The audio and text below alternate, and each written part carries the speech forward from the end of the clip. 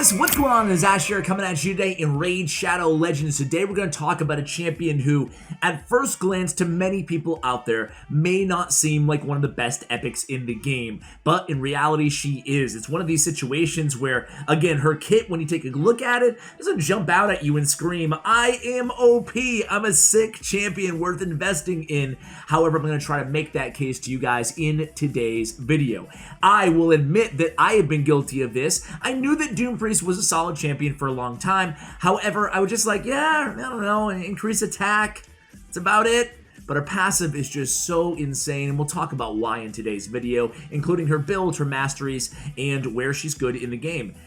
Spoiler alert, pretty much everywhere in the game, right? But first, I have this sacred shard that is burning a hole in my pocket right now. Not really, but man, I really, really want Lanicus the Chosen. I would love the ally, the ally attack, champion. I don't have her or Longbeard, and Ray as well. So those are our goals. Let's go ahead and pull one, and let's see who we get here. Boom. I got only 8% chance, right? 250. See the 250, and you know it's going to be a epic. So Galcut is not our choice, or not the guy that we were hoping for there. Either way, we do have a bomb. So we have a bomb champion. Maybe we will build a bomb team here in the near future on the channel. Heck, I'm gonna pull two of these too. You're like, dude, I did not click on this video for a stupid shard opening video, Ash. 10. That's gonna be a big fat hound spawn, rare, and one more. And this 0.5% chance for legendary, yeah, it's going to be another rare. So let's move out of this section here and on to the subject at hand. So, Doompriest, why is she so good? Well, let's talk about her passive really quickly. On the A1, first of all, attacks one enemy, increase crit rate on a random ally for 2 turns. Again, doesn't really stick out at you as like, oh, that's a great ability. It's not. And then Mass Possession is her only other active ability. This is all she does. Fate Weave and Mass Possession. Mass Possession is increased attack buff on all allies for 2 turns on a 3-turn cooldown. That's it. Doesn't even do any damage or anything. No other buffs included. We're so spoiled by all these kind of OP champions that have like 5 monster buffs, 3, 4, whatever monster buffs in their kit. Well, it's only increased attack. So why is Doompriest worth it? Look at her aura. Force ally speed in all battles by 15%. What a crappy aura, man. Rather have no aura than that aura, you know? I kid, but it's awful. But thankfully, she has one of the best passives in the entire game. Bolster. Heals all allies by 7.5% of their HP and removes 1 random debuff from them at the start of this champion's turn. So it's a cleanser and a heal on an AoE, all of your allies, every single time she takes a turn. So that is an amazing support ability. She's an incredible support champion, especially when content gets difficult in this game. These are the type of champions, Doompriest, that you're going to want to pay more attention to the further along you get in this game, right? So even in the end game, a champion like Doompriest, I will hypothesize she's going to be used a lot in Doom Tower, in Faction Wars. I built her out personally for the Faction Crit, for Night Revenant. I think that now, when it comes up again, I think in a day or two, I will be way more kind of well equipped, I should say, in my champion selection to be able to tackle that. So progression champion, an end game champion. Not to say just end game, she's just a great support champion. I'm going to show you guys. So Masteries. I mean, if you want any damage, out of this champion, you're going to want to go War Master. So I think just going typical War Master all the way down the left side of the tree makes a lot of sense with your Doompriest. You could probably go defense on her. Heck, you could even, if you wanted to kind of build an unorthodox, I don't know, arena team, or, you know, I don't know, any kind of different team with her with high resist, you go with Unshakable as a tier 6 mastery instead of War Master. However, again, you're throwing out really all the damage she's going to be adding to your team when you get rid of War Master, and that's a good 300,000 plus damage on, you know, I would say that's probably 200,000 damage on level 20 dragons, and you're looking at 400,000 damage plus when you get rid of War Master on Clan Boss, so keep that into account.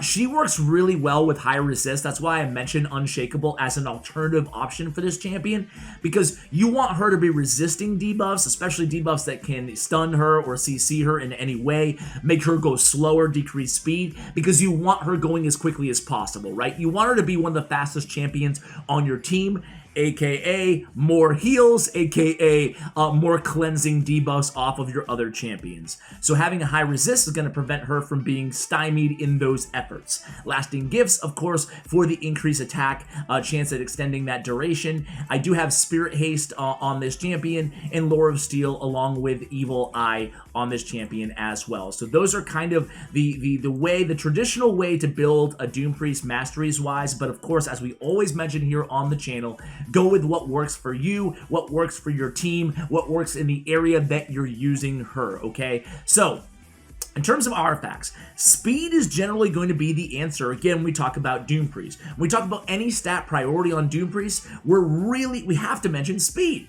It's all about speed, man. And my speed is a little low. Her base speed, let's talk about her base stats real quick. 100 speed, solid.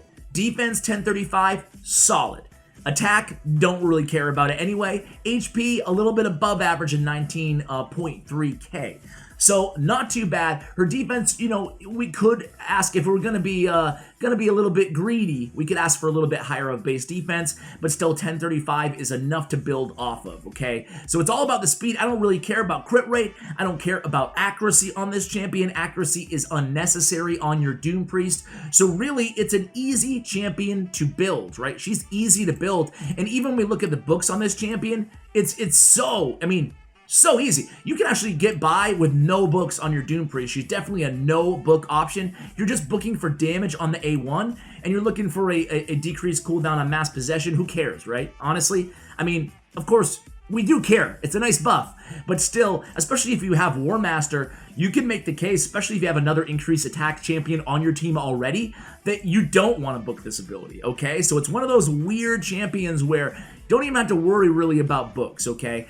So nice and easy to build, don't have to worry about crit rate, accuracy, we already talked about it. I would put a resist banner on her, however, shame on me, I had no resist banners for Night Revenant. So I would actually go resist on your Doompriest if you have that banner for accessories. I went HP instead. What I was really looking for here is a speed sub roll, right? A speed roll. And I got one here at 10, so I'll take the 10 speed, I'll take the HP as well, and because I just happen to have some decent HP gear kind of lying around. I had an HP gauntlets, I had HP or defense on the chest, and then I had HP again on the amulet, or actually I went defense, my bad, but HP on the banner and on the ring. I decided to throw in her shield set, you know, why not? It's already a support champion who's her role is gonna be to keep your champions alive, essentially. So why not build her with a little bit extra HP? I would recommend you can go crit rate if you want to get a little bit extra damage off of that A1 with the War Master. It's not going to be the worst thing in the world. But if you want more support out of this champion, throw HP percentage gauntlets on Doompriest, and then you can rock her with a bunch of HP in a shield set, right? And that's what I chose to do for this video. You guys know that I am unabashedly a huge fan of shield sets in this game. They're like a cheat code for progression and keeping your champions alive, especially when the going gets rough in Faction Wars and soon-to-be Doom Tower. So I went defense on the chest. I do want to add some defense to this champion, make her viable for clan boss and such. So I have 60k HP, 2817 on the defense, 198 speed. And that's kind of what I went with on this build. I still need to actually max out the shield, so that's going to gain me a couple more 100 defense as well. So let's go ahead and take her for a run, guys. The beautiful thing is she stays alive very, very well. So let's start her out in Ice Golem's Peak, guys. And the one thing I want to point out right away is what makes this champion amazing is that she is Force Affinity, but you can use her against Spirit Affinity. I will repeat, and this is something I love about Doompriest. She's not landing debuffs. She's not really, you're not counting on a ton of damage from this champion. So you don't, it's not necessary. It's kind of like one of these, kind of like Apothecary in Fire Knight 20, right? He has a triple hitter, he has heals, and he has increased speed. That's all you want from him, right? So she, on top, as compared to Apothecary, she's actually a tank. She can actually take some punches, especially with, almost 3k or 2500, whatever it is, defense, and 60k HP with the shield as well. She can be your tank in Spider's Den, in Ice Golem's Peak as well. She's very effective, even though she only has a single hitter on her A1 in Fire Knight. Obviously, she excels in Dragon's Lair. She's great against Spirit Affinity Clan Boss as well. So you can run her anti-affinity, and she will be targeted. She will be your tank. Keep all your other champions alive kind of by proxy. So on this team here, I mean, pretty basic team. We have a lot of support on this team, like 4 support champions in Scylla the Drakes, and these can all be interchanged, right? I mean, granted, it is a pretty epic heavy on this team, but still, it's only 1 damage dealer really on the whole team is Royal Guard. Everybody else is there to kind of sustain, because against Ice Golem, you need these shields. It's worth mentioning we have a shield champion on the team in Miscreated Monster, and we have a shield set on Doompriest. So double shield is going to help protect us, again, from the Ice Golem with his strong AoE attacks. So you can never get too much support, and Scylla the Drakes and Doompriest have a very similar passive in the sense that they both have the heals on there. So it's going to, again, help keep those HP close to full. You'll see every time both of them take a turn, the AoE heal lands. And from my experience comparing the heals on the passive of Syl and Doompriest, it's really all about who's faster, right? Who's going to get the more healage, but it's very similar. So something to keep in mind, if you have Scylla the Drakes, who is a daily login reward champion, and you build Doompriest, heck, pairing them together is kind of like an OP support tandem on any team. Plus you get the stuns, plus you get the cleanse, and you can see we're very, very strong in terms of the cleanse on these champions here. I mean, none of the debuff are sticking for long because every time we take a turn, boom, every single ally, not just one, every single ally is going to be cleansed of 1 debuff. And seldom, are you really having to worry about cleansing, multiple debuffs, especially in between 1 turn of Doompriest. So there we have it, 2 minutes and 40 seconds, not too bad. In terms of the overall healage, not bad, almost 400k on the heals. Really looking at about the same here from Scylla the Drakes as well. So again, with the cleanse and the heals and 300k damage, and not a ton of damage by any stretch of the imagination. In fact, the lowest on this team, but Doompriest plays a really important role. That was all basically off War Master, that damage, right? So again, it shows you the value of War Master. That would have been probably 50,000 damage or less had it not been on that. Let's go ahead and show you in Fire Knights as well. Unfortunately, I don't have the Night Revenant crypt open right now. That would be ideal because that's where I'm really going to be leaning heavily on her. Again, the shield set, keeping everybody alive, keeping everybody nice and cleansed. It's a champion who really excels in the end game, and we always talk about this here on the channel. We always mention it, right? What are you looking for in a champion that you're investing in, that you want to build out? A champion who's actually going to serve you throughout the duration, right? A champion who's going to get you by all the way until the end game in Raid Shadow Legends. And Doompriest is definitely the definition of that champion. Abilities like Cleanse, abilities like buff stripping from the enemy team are rare in this game. There's not a ton of champions who have them.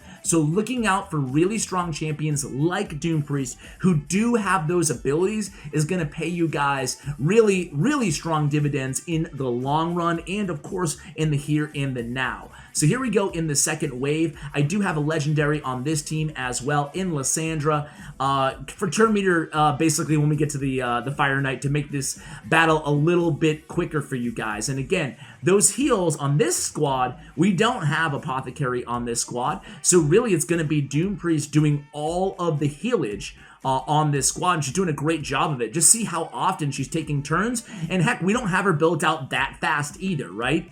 Build her out a little bit faster. The more the faster you build this champion, the more faster, the more quickly you build out this champion. That doesn't sound right either. The more speed you load on Doompriest, the better you are overall, because she's going to get more heals and more cleanses. Look at all these decrease speeds here. Boom, all gone.